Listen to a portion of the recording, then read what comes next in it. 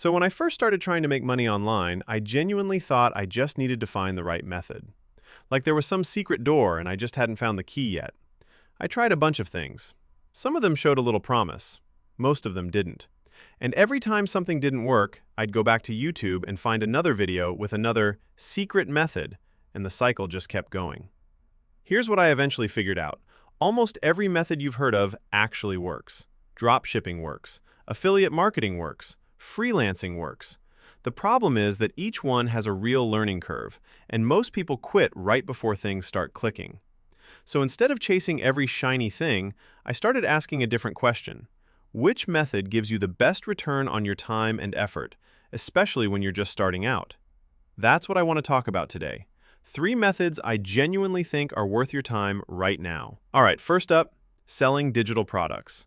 And I don't mean anything complicated. I'm talking about things like Notion templates, Canva templates, ebooks, presets, spreadsheets, study guides, printables, stuff you create once and sell over and over again. That's the part that makes this model so attractive. You do the work one time, and the product keeps generating income without you having to do anything extra. No inventory, no shipping, no customer service nightmares. The platforms that work best for this right now are Etsy, Gumroad, and Payhip. Etsy in particular has a massive built-in audience, so you don't need to start from zero with your own website. And just like with anything online, TikTok and Instagram are free ways to drive traffic to your store. You'd be surprised how many people are building a solid side income just by posting short videos showing off their templates or digital downloads. The key is solving a specific problem for a specific person. A budget tracker for freelancers. A meal plan template for busy parents. A resume template for recent graduates. The more targeted, the better it converts. Startup cost? Practically nothing. If you can use Canva, you can create your first product this week.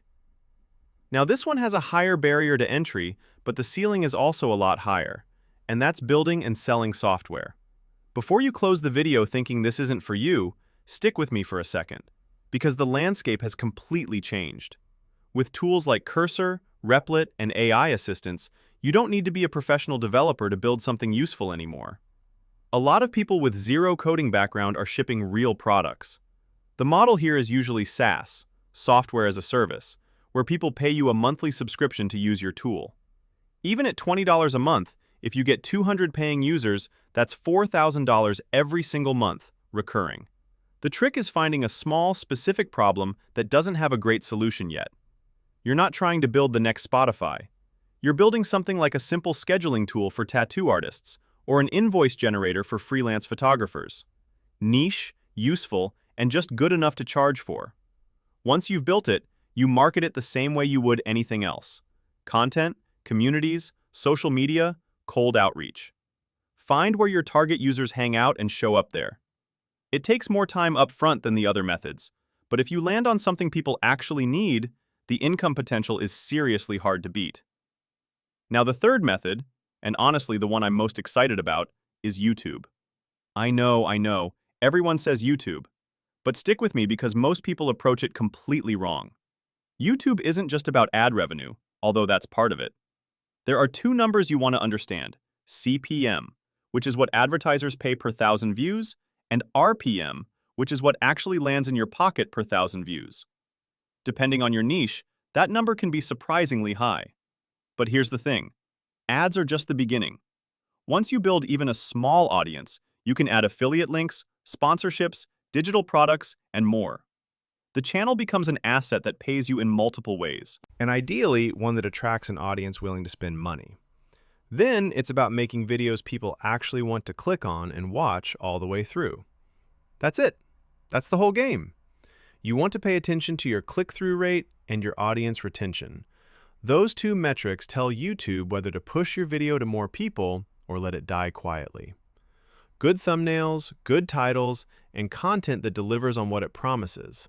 That's what moves the needle. And if you want to grow faster, you can outsource parts of the process. Editing, thumbnails, even scripting, so you can focus on the strategy side. Look, all 3 of these take real effort. Anyone who tells you otherwise is trying to sell you something. But they're also some of the most accessible ways to build actual income online without needing a huge budget to get started. Pick one, commit to it for at least 90 days, and treat every obstacle as something to learn from rather than a reason to quit. That mindset shift alone will put you ahead of most people who try this stuff.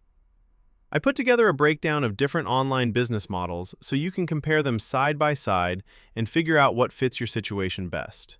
You'll find it in the description below. If you've tried any of these before, drop your experience in the comments. I genuinely love to hear what worked and what didn't. And I'll see you in the next one.